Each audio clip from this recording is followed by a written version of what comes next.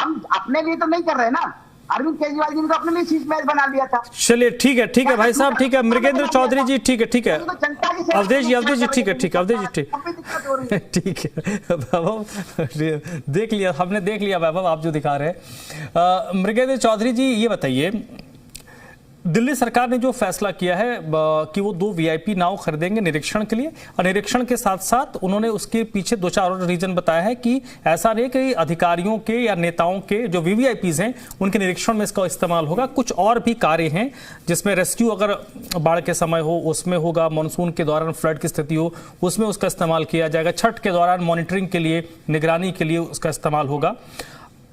विपक्ष इस पर सवाल खड़े कर रहा है कि भाई इसकी जरूरत नहीं थी। आपका पॉइंट ऑफ व्यू क्या कहता है सर दिल्ली सरकार के इस कदम पर, इस फैसले पर?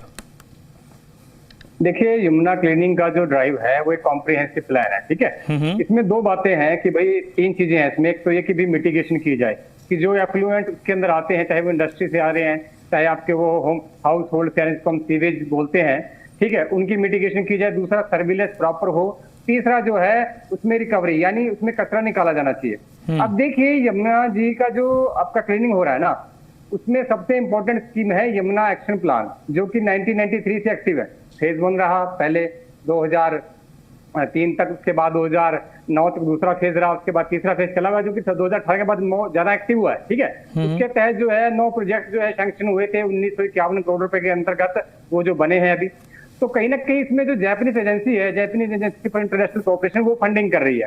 तो जापानीज जो है अपने ऑफिशियल्स को आके विजिट करना चाहते होंगे। नंबर 2 बात, यूनाइटेड नेशंस एनवायरनमेंट जो प्रोग्राम है उसके तहत भी ऑफिशियल्स आके यमुना जी को चेक करने आते हैं, तो वो भी आएंगे। तो कहीं ना कहीं इंटरनेशनल जो एजेंसीज हैं, इंटरनेशनल जो अथॉरिटीज हैं, वो आकर के चेक अगर करना चाहे तो उसके लिए ये बड़ा जरूरी भी है, इसमें कोई दो राय नहीं है। अब रही बात दूसरी कि भाई देखिए, 1938 में दिल्ली के अंदर 82 मिलियन लीटर पर डे जो है ट्रीटमेंट कैपेसिटी थी, और ये बढ़कर के समय के साथ 1993 में 1273 मिलियन पर जो है लीटर पर डे हो गया, ठीक है। 2003 तक जो है ये 2330 मिलियन लीटर पर डे हो गया। और आज की अगर हम बात करते हैं तो ये कैपेसिटी जो है जो कि 3474 है, जिसमें से कुछ फॉल्टी है, जो ऑपरेशनल कैपेसिटी है वो 2955।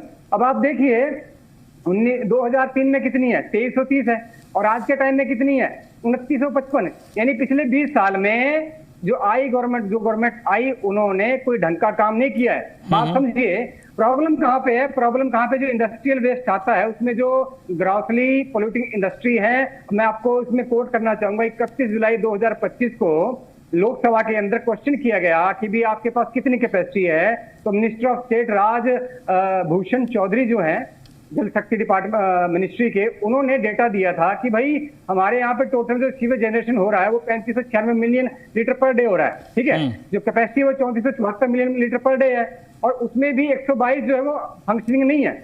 अगर हम बात करें तो टोटल देखा जाए 641 million litre per day sewage Yamuna ji में जा रहा है, जो कि ट्रीटमेंट जिसका नहीं हुआ है। इसमें अगर हम देखें जो टोटल है 2014 मिलियन लीटर पर डे जो है ना, वो उन स्टैंडर्ड को जो मैच करता है, जो दिल्ली पोल्यूशन कमेटी, जो कंट्रोल कमेटी के जो स्टैंडर्ड्स है ना, उनको जो मैच कर रहा है वो केवल 2000 है। जो बच गया है लगभग 1500 के आसपास है, वो 1582 मिलियन लीटर पर डे जो सीवेज है वो पोल्यूशन स्टैंडर्ड को मैच नहीं कर रहा है, वो पोल्यूट कर रहा है। अब बात करते हैं इंडस्ट्री की, 189 इंडस्ट्री है, उसमें से आप देखिए 3100 सेल्फ क्लोज हो गई है। ये जुलाई की बात कर रहा हूं मैं, जो रिप्लाई है ये लोकसभा के अंदर आप जांच सकते हैं, पीआईबी की रिपोर्ट है, ठीक है जी। उसमें से 158 जो ऑपरेशनल है, उसमें से 49 जो है वो फॉल्टी है। उन्होंने स्टैंडर्ड्स को जो है, जो अपने उन्होंने ट्रीटमेंट फैसिलिटी नहीं लगाई है, तो वो एफ्लुएंट डाल रहे हैं, तो उनको डायरेक्टिव गए हैं।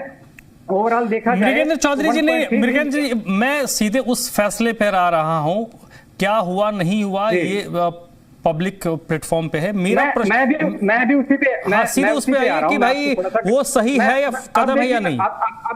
मैं उसी पे आ रहा हूँ। पहले मैं आपको ये बता रहा हूँ कि पिछली सरकारों ने क्या किया है। अब मुख्यमंत्री रेखा गुप्ता जी ने एक स्टेटमेंट दी है जनवरी 2026 में कि 2028 दिसंबर तक वो जो ट्रीटमेंट कैपेसिटी है उसको 5678 मिलियन लीटर पर डे लेके जाने वाली है। इसमें से जो उन्होंने एक बात और बोली है कि 2 प्रॉब्लम कहां पे है। एक तो देखिए ट्रीटमेंट कैपेसिटी बहुत कम है हमारे पास, जिसको उन्होंने बोला कि वो 2 साल में कवर करेंगी।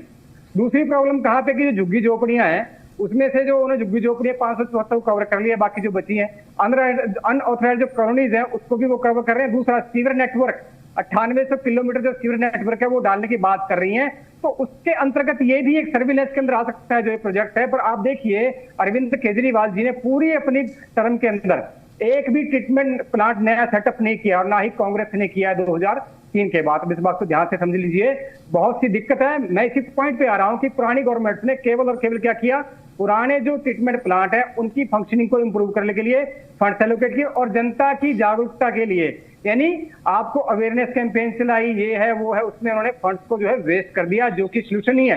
सोल्यूशन क्या है, आपको अपनी ट्रीटमेंट कैपेसिटी बढ़ानी पड़ेगी, तो उसके द्वारा ही आपका सोल्यूशन होना होगा। आपको अपना सीवरेज नेटवर्क जो है डेवलप करना पड़ेगा ताकि वेस्ट डायरेक्टली जो है यमुना में ना जाए, ट्रीटमेंट के बाद ही उसमें जा पाए। तीसरा, आपको इंडस्ट्रीज को भी कंट्रोल करना पड़ेगा। इन तीनों मुद्दों पर ना कांग्रेस ने ढंग से काम किया पिछले 15 साल में और ना ही आपकी आम आदमी पार्टी ने किया है।